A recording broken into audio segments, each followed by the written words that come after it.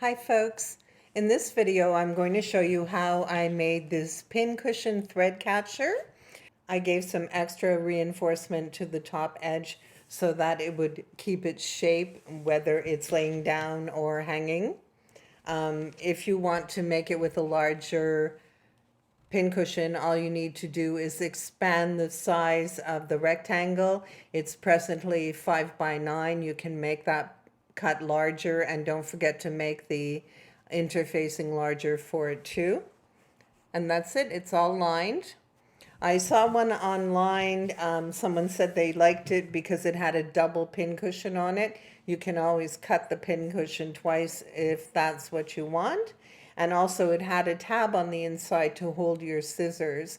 But I'm leery of doing that because I would worry that if this was filled with scraps of fabric and threads, I might accidentally throw away the scissors with the scraps. So if you'd like to see how this is assembled, keep watching.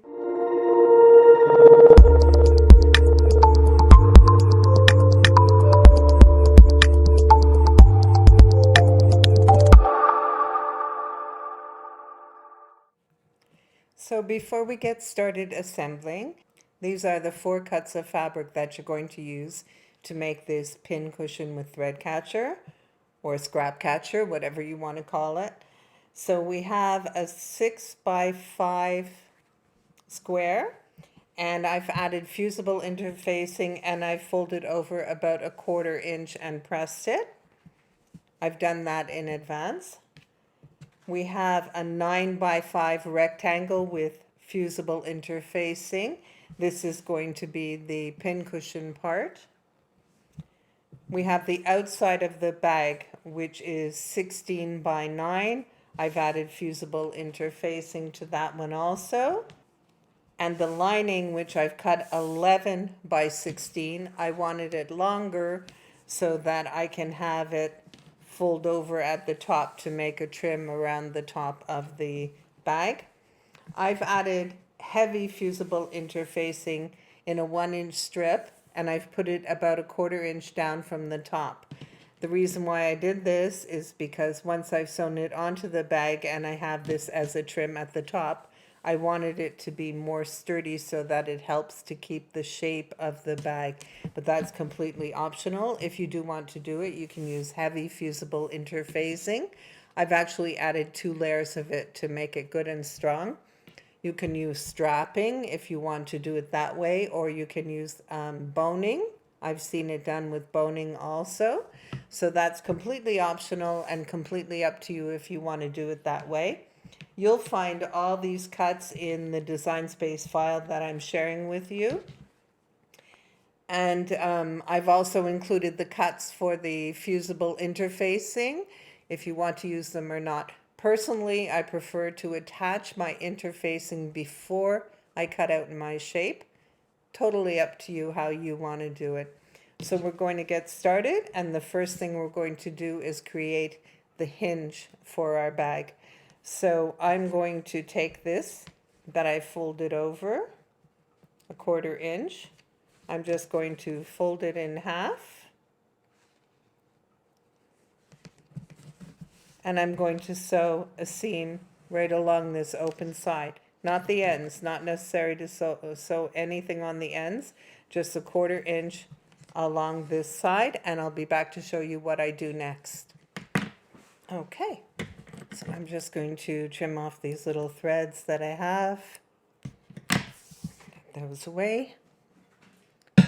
So all I've done is that 1/4 inch seam down the open side, the long side. I'm going to turn this right side out, and don't forget to back stitch at both ends because you don't want to pull your sewing apart when you turn it right side out. So I'm going to turn this right side out. It's going to take a little work to get it there, especially when you're using fusible interfacing. It makes the fabric stiffer, as I'm sure you know, so it's a little more difficult to turn things, but we can do it, no problem. Okay, it also wrinkles. So what we're going to do next is put that seam that we just sewed. We're going to center it up on the back of our hinge. We want it to be on the back. The next thing we're going to do is give it a good press so we have a nice neat hinge, and we're going to sew down one side a top stitch across the bottom, and I consider the bottom the part that we folded in when we pressed, and along the next side. No need to do anything up at the top. So down one side, across the good side, and up the other side top stitch, and give it a good press, and I'll be back. And here we are again. So we have our hinge done.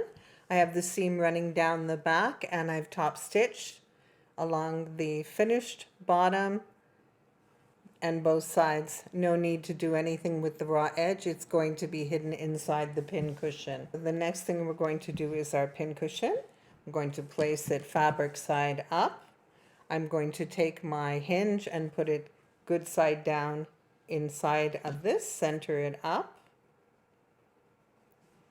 I'm going to put a pin in it so it doesn't move, but I think I'll put it through this side,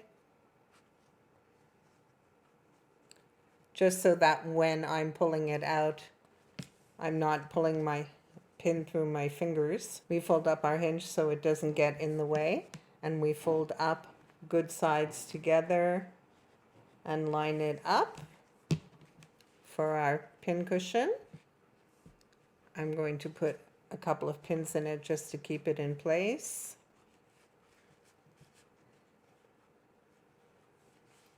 And I'm going to sew across the top where the hinge is connected, and down one side. I'm going to leave the other side open for now until I turn it right side out and do my top stitching. So across the top where the hinge is connected and down one side. So I've sewn across the top where I added my hinge and down one side. I'm just going to trim off some of that excess. Take off my corner before I turn this right side out.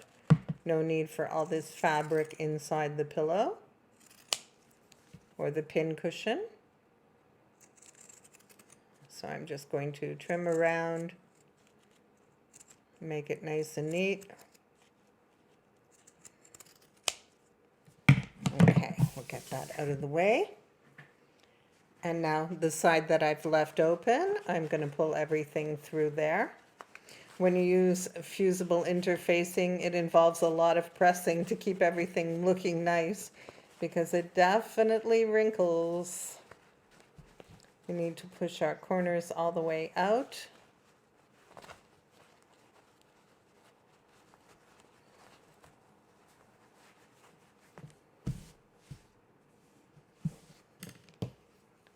Just going to grab the end of a paintbrush. That's what I usually use because it's rounded, so it's not going to poke through my fabric.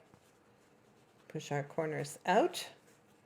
Okay, we're getting there. I'm going to take this to my pressing station, and I'm going to press in about 1/4 inch. I'll straighten that up before I press. I'll put a pin in it for now to show you what I'm doing before I go to my pressing station. Stitch around the top, along the side, up again, and I'm going to stop, leaving a space open enough that I can add my crushed walnut shells or rice or whatever it is that you're using to stuff your pillow. So you want to fold in your open side, try to make it even on both sides so it looks properly centered. Press it and then top stitch. Don't forget to leave open a gap to put in your filling, and I'll be back to show you. So here we are. I've done my top stitch all the way around. You might even want to do it a little closer. Instead of 1/4 inch, maybe do about 1/8 of an inch all the way around, except leave an opening for you to be able to fill your little pin cushion. My hinge is attached, and we're just going to set that aside for now. and we're going to work on the body of our thread catcher. So I'm going to take my outside piece. I'm going to sew it down the long side, fold it in half. You have 16 inches, fold it in half, and I'm going to sew down the long side, a 1/4 inch seam allowance. I'm going to press my seam flat once I've done that, and I'll be back to show you what I'm doing next. And I'm back. I've pressed my seam open, so I've sewed down that open side, press my seam open, and I'm going to center it up. We want to get it in the center because I want this seam to run down the back of the bag. I don't want it to be visible on the sides like this. So if you don't care, that's completely up to you. But I prefer to have the seam in the center. So I'm going to try and center that up. If it's a little off, don't worry. It's not the end of the world. It's still in the back of your project. So now that I've got it pretty much centered, I'll just put a pin in it so it doesn't move.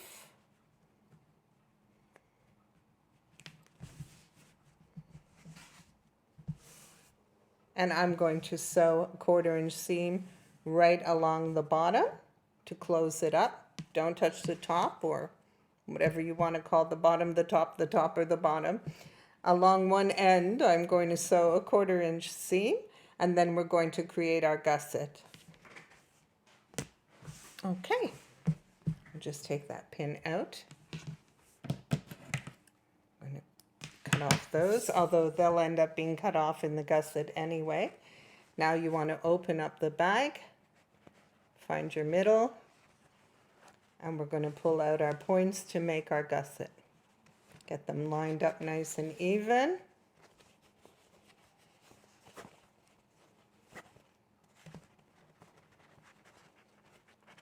That should do it. Okay.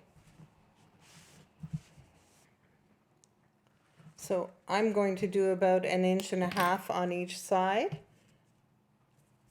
So I have my 1/2 inch mark here. You can use a ruler to make it straighter than I'm doing.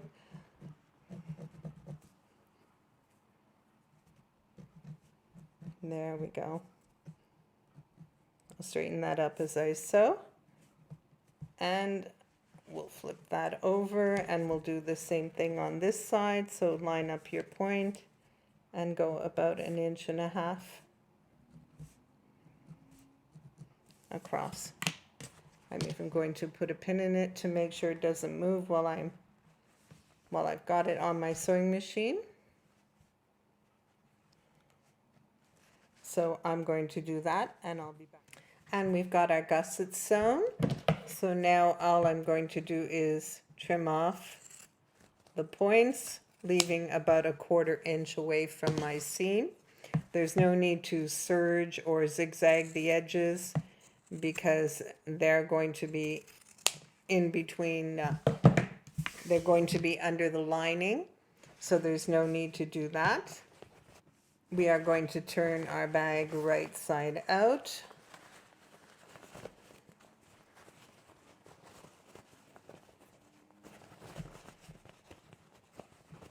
Push out our gussets, our corners, so they're nice and tight. You have a good point on them, and you can see how the thread catcher is going to look. We have our seam running up in the back. It needs to be pressed again, of course, but this part of the bag is complete. Now we're going to go ahead and do, actually, I just saw that I need to push this corner out more. We want that pushed down really well. There we go, that's better. So that part of the bag is complete, and we're going to work on our lining. So once again, we're going to take the 16-inch length, fold it good sides together. We're going to run our seam up this long side about a 1/4 inch, and then we'll go on to make the gussets for the bottom. Okay, so I've pressed my seam open. Once again, I'm going to center it up. as best we can. Put a pin in it so it doesn't move.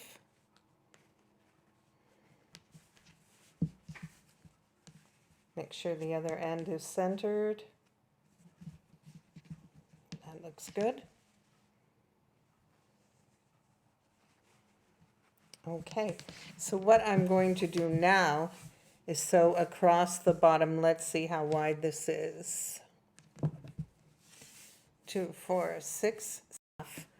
So I'm going to sew about 2 inches in on each side and leave myself a good opening. This is what we're going to use to pull our bag through to the right side. So sew in a good 2 inches about. If you think you need less space, you can go less, or you can take more in this seam. So go about 2 inches on each side. Leave yourself a good opening so that we can turn our bag right side out. And we're going to create our gussets in the same way that we did on this bag before attaching it to the outside bag. So we'll go ahead and do that.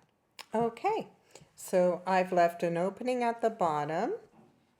I've sewn my gusset. I've sewn about 2 inches in on each side. I've sewn my gusset at 1.5 inches, just like I did on the outside part of the bag. I'm going to trim off these points, leaving myself about 1/4 inch.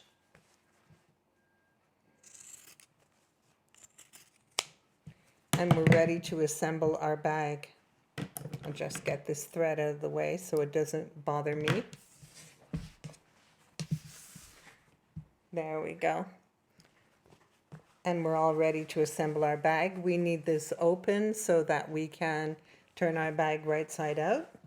We've got our outside bag right side exposed. We're going to leave this one inside out, and we're going to put it over the outside of the bag.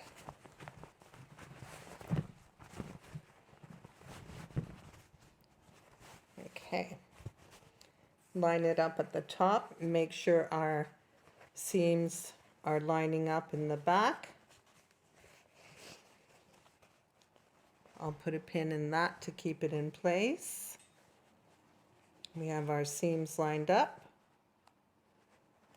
Well, that's a little hard to pin through, so we'll go through here. And then we're just going to line it up all the way around.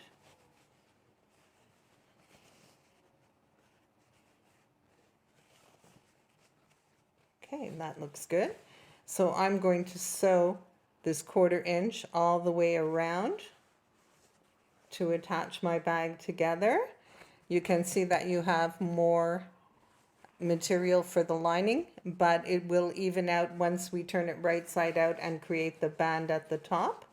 So now I'm going to go sew all the way around this perimeter to attach the 2 pieces together so we can go to the next step. And we're back, and I've sewn all the way around close to my fusible interfacing all the way around the top. And now we're going to pull everything through the hole in the bottom.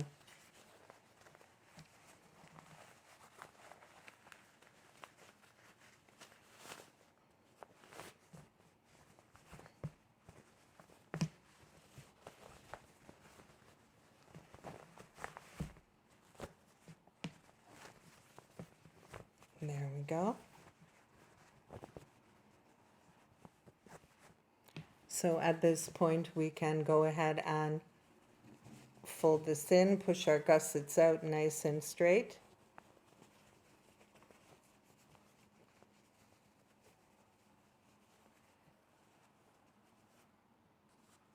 We can fold in our seam that we left open and sew right across it so that the bag is closed,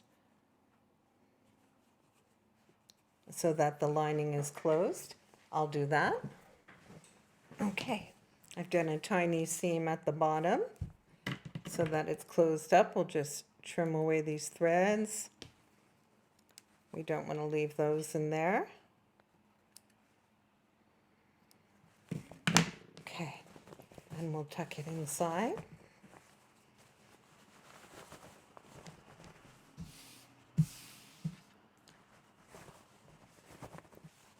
Then we have our seam lined up in the back.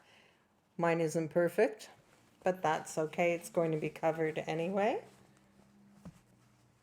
And you can see now the purpose of the putting that heavy interfacing or strapping or whatever you decide to use. If you decide to do it, it gives a nice shape to the top of the bag. So we'll push everything in. We'll find our seam, and this is going to be hanging this way.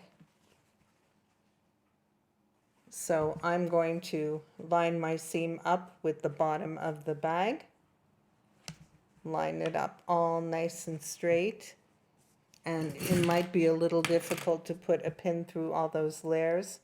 So I'm just going to clip it in place.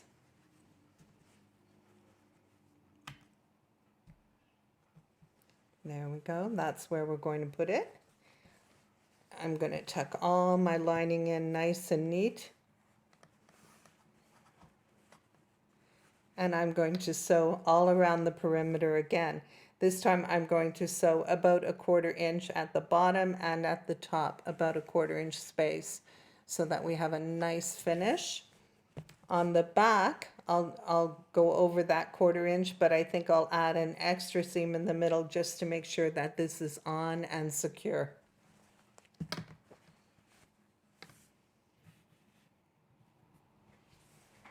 And we're done. I've done my sewing all around top and bottom.